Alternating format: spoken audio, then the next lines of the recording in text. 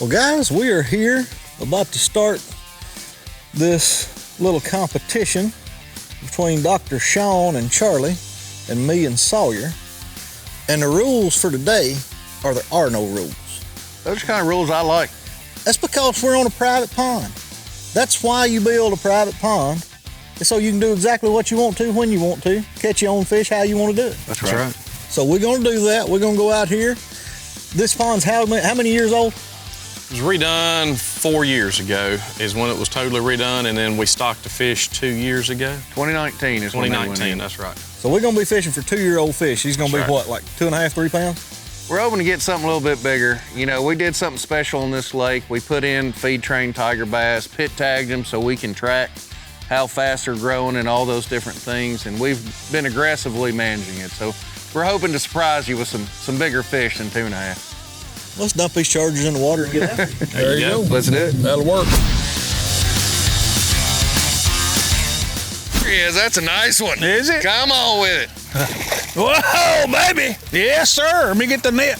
We got him. You got him. Here we go. Here we go. How big is that one, buddy? Isn't that 3? Maybe. Yep, at least 3. Oh, yeah. It looks like we're going to win again, Charlie. I just got that feeling. You do? I got it. So, Charlie, as you know, we talked about, we pit tag some of these fish. Can we throw this guy on a live whale, and when we get up with the boat, we'll check it and see if it's one of our original fish? Yeah. Can we do that? that? You did what to him? So we put these pit tags in them when we stocked this lake brand new a couple years ago. We put a pit tag right here so we knew their length and weight when they came in. That way we can track it. And it's just a management tool. 1, we can see, make sure they're growing the way we want them to. But 2, if we have one that's not growing, we can pull him out and quit wasting bluegill on him. Okay. So, there's a lot of cool things you can do with it. So the other boat's got it right now. We'll catch up with him in a minute. We'll see where he is. That'll work. That'll work. Give me a weight. 3.59. There you go. That's a good one. 2-year-old fish. That's not bad, is it? 3.59. Well, Sean, tell us what a tiger bass is and how that was developed. So we developed a tiger bass well over 20 years ago. Right. And what it is a cross between the northern bass, also known as the native bass, Right. and the Florida bass. And so what we found, and it's more prominent in small impoundments like this, but the Florida bass just get lure shy. They're so hard to catch, that, people say, I don't have any bass in my pond. We'd go drain it, and there'd be 10-pounders out there, Yeah. But a northern bass, which is very aggressive, it's always looking for something to eat. Right. But they don't typically get very big. On average, you're looking at 6 to 7 pounds, and that's a really good northern bass. And they have gotten bigger. There's always exceptions. But so what we did, we crossed the two. And so you get 50% Florida, 50% northern. And so you get an aggressive fish that will easily pass double digits. There he is. Oh, that's a good one. Whoa. God, there's a giant with him. There's a giant with him. Throw in there. Don't worry about the net. Oh, that's a good one. There was another one that size with him, following him up. Easy. I don't like the way that line is. Ooh, don't let him go. We got a net? You want to net him? No, I don't want to net him. Okay. Woo. Quit. There we go. Hit that spotlight button up there if you don't care. Well, let's see what this one weighs. I think you got to be close to 5, man. Yeah, should be.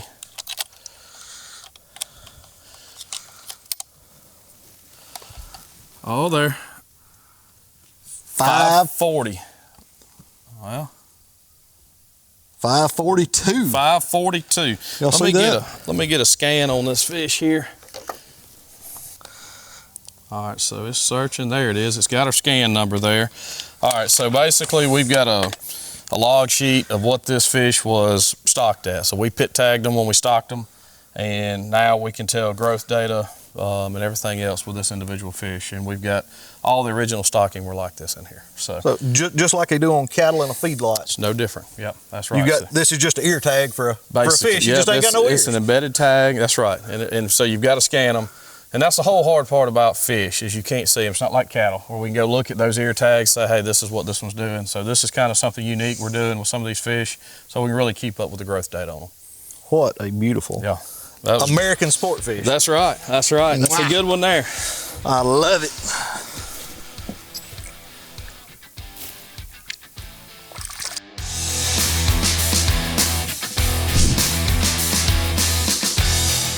What you got now? I think I got one. Holy smoke, what a fish.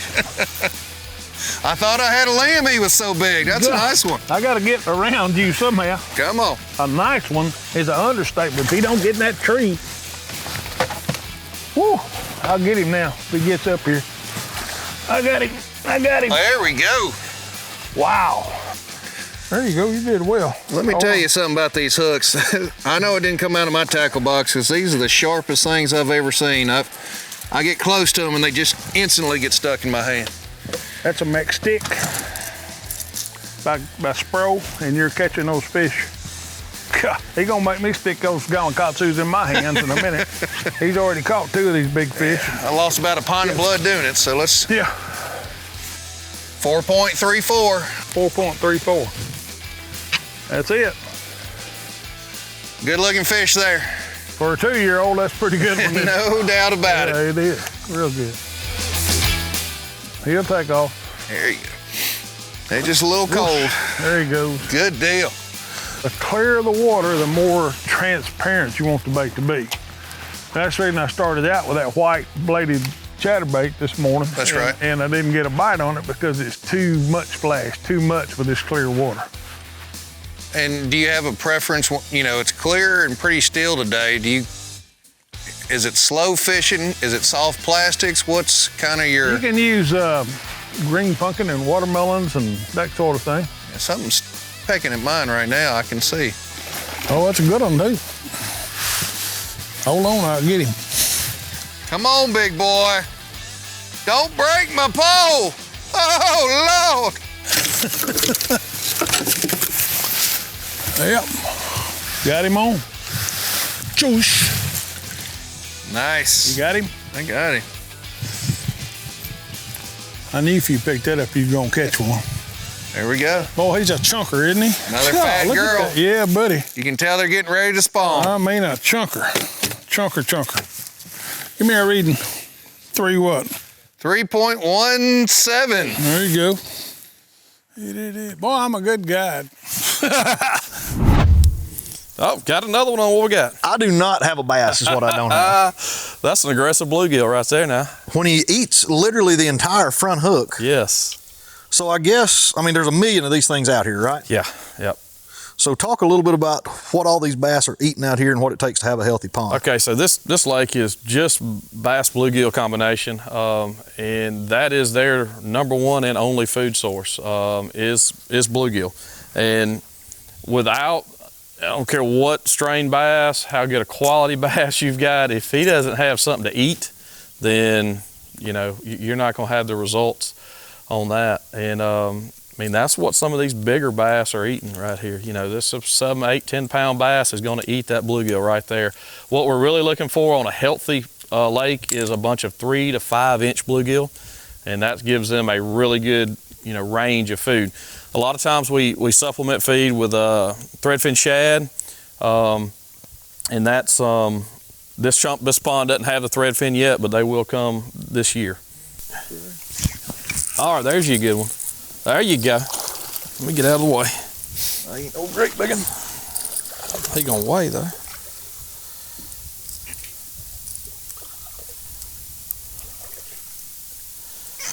Got him? Got him. Just a solid little 2.5 pounder. There you go. Let's put a weight on it. We will do that. Now that one is probably a 2-year-old fish. Yeah. Is that what you're thinking? Yeah. That should be. All right. 2.36. So this is So the big one that we caught earlier, the 5-pounder, that was some of the first ones that you put in, right? That's right. That's probably the next year class right there. Man, what a big, healthy fish. Yep. And then these small ones are the ones that just spawned last spring. Summer. Sometimes spring, summer, depends on when the spawn came off of them. That's right. So that's a 1.5-year old fish. That's right. Roughly. Yep. Two and a quarter. 2.5. Yep, right there. Aren't genetics a big key in y'all's having any real good success as far as getting big fish in a short period of time? Absolutely. You know, genetics is critical to make sure, and we have, like the pit tags we saw earlier, all of our bass, all our breeders are pit tags, so we know that they're pure Floridas and pure Northerns. Right. You know, and we have nice fat. We actually put a video on Facebook today that showed, you know, we had a 9-pounder and 8-pounder that we use as breeders. Right. And so that's important. But you know, just like everything else out there, it takes everything. It takes food, it takes habitat, and genetics. Right. Uh-oh. Look at that. Yep. Yep. There you go. Watch out. I'm fixing to hit this one hard. I got him. That's a good one. Come on, that's a nice one.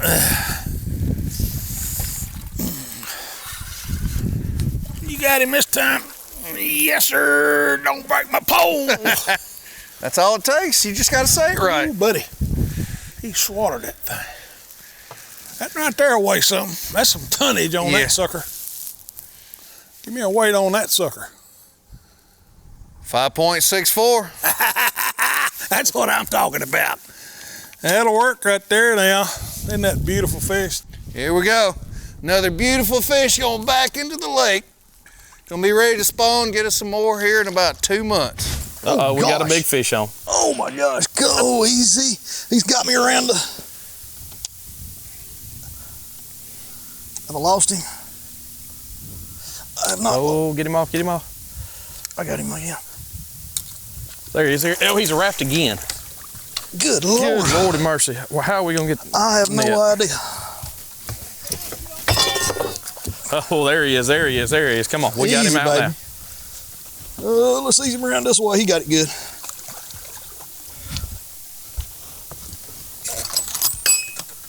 Woo, look at there.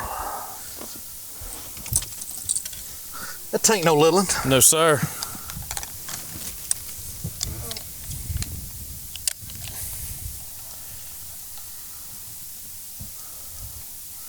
$4.50. $4.50. Look at there. Look at the belly on that fish. What a pretty fish. Mm-hmm. Oh.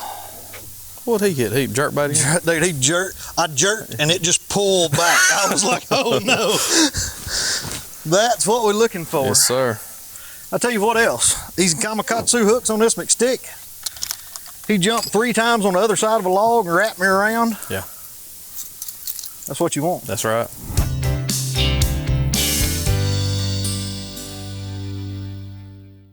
Can you imagine making a living fishing? That's a pretty neat deal, isn't it? These guys on this end, they make their living, and they've got a really good education, but they make their living raising fish. You know, there's a lot of things that you can do in life. You don't have to sit behind a desk. You don't have to run a machine. There's a lot of things you can do, but if you get your education, it's going to help you a lot. I've got a dream job. Like, I get to pull a boat everywhere I go. I get to go fishing pretty much when I want to, and I get paid to do it. It's really, really cool. Whatever that is that you like, go pursue it. Go enjoy it and find you a job where you get to do that every day. I spend 90% of my day in my boat, so that's awesome. Like, I may not catch the fish because I am really bad at that, so I learned I can grow them, but I can't catch them. I go out, I manage ponds, I fertilize the ponds, I shock the ponds, we help harvest the ponds, we tell people what they need to do, whether we're putting in lime, structure, fish. I mean, and it's fun to see what you can do in a short period of time with these fish and how it's affecting everybody else in these ponds, so it's fun. You've got to put a lot of hard work into what you do every day and find something that you like to do, because if you like to do it, don't just go after it for money. A lot of people say, I want to be a lawyer, I want to be a doctor. If that's not your passion, you're not going to be good at it. If you just keep working at it, I guess is the bottom line, that, you know, you get down a wrong path, just work as hard as you can, do a good job at what you're doing, and keep looking for opportunities because they will show up. Get out there and work hard, and like these guys are saying, find something you enjoy doing. Got him out of the tree. Oh, yeah. You got him? Got him. Hang on, that'll be a big one. Keep the rod bent. Good, there you go. Woo! How big is that? That's a good one. We taking the lead with this one. Come on now. Just ease him up here. Come. Ease him up. Come on. 4-pounder. Maybe better than that. Woo! 4.98. No, that's a close to 5 pounds. It ain't funny. Looking good though. Looking real at that good. belly. Holy smokes, what a bass. So we've been out here all morning, and my boy Lane here has been standing in the same spot on the dock, just casting and casting and casting. He finally caught him a good one. What's that say, Lane? 2.96 pounds. 2.96, 3-pounder. Look at there. Good job, buddy. Persistence pays off in fishing. He's kind of outfished some of us that's been on the boat all day long, including me. So there's another good one. We're going to put this one in the live well so we can scan him and get the reader off of him, but you can even catch him off the dock. Good job, Lane. Good job, buddy. All right. That's what it's all about. That's right. This is why you build your own lake. That's right. Let's look at how fat that dude is. Yeah, I mean, I bet he got a belly on him like me, don't he? I bet that one doesn't have a pit tag in him. I bet is that a year-old fish? Yeah, I'm thinking that's going to be one that's not tagged. Easy, sweet pea. Oh, come here.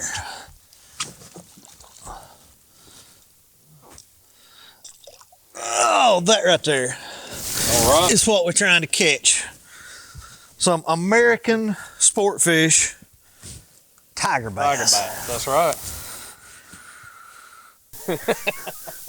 Look at the belly on that thing. You look like me. I think my favorite part is I'm hoping in the audio you can hear Charlie shrug across the pond here. Ooh. Oh. For what? 470. 470. Mm-hmm. You catch a bag of those all day long now. That's fun. Well, guys, here we are at the end of the American Sportfish Corporate Cup Championship. And I've had the best day I've had on any show this whole season. Well, good deal. It was a lot of fun today. It was a ton of fun. Good fishing, good fish. What y'all got? I think we got you. Well, you know we won last year too, right? I did. Let me put that out there, and we didn't catch. It's only 21.74 with a big fish of 5.64. So did we get the big fish and the most? Oh, yeah. Oh yeah. Good. You did. That's good. You did. Well, You think that fish that they caught and weighed in a 2.36, is that a 1-year-old fish? That is probably one that spawned last year. No kidding. That's right. Wow. So the cool thing about this lake, and we were out there scanning the pit tags, is we took that data and we gave it back to the pond owner. He ran it through a spreadsheet. And several of the fish have been caught 4 times over the last 2 years. And you can watch their growth every time. So all these pit tags gives us a lot of data to really track this stuff and really hone in. And that's why, between the two of us, 20-pound sack's a pretty good day fishing out in a 10-acre lake. Well, I hate to do this, but I guess you'd better hand that to your partner and I'll hand this into mine. I know it's painful, son. You've got to. You've got to. I know it's painful. That's the way it works. Now, is this going in your office in Texas or in Montgomery, Alabama? Well, I'll have to go in Texas. I already have one here. Yeah. Either that or I'm going to That's a difficult decision, and next year we don't know where we're going to put it, right? Well, I'm going to buy stock in a belt company and start getting these up here because I don't see this streak ending anytime. Oh, my goodness. Hey, sports fans, we hope you enjoyed watching this show as much as we did making it, and I hope you learned a lot about managing small ponds with these guys, with their genetics. It's the only way to go if you've got a lake, and they can redo your lake or they can build you a brand new one. Hey, we look forward to seeing you right here next week on Fishing University.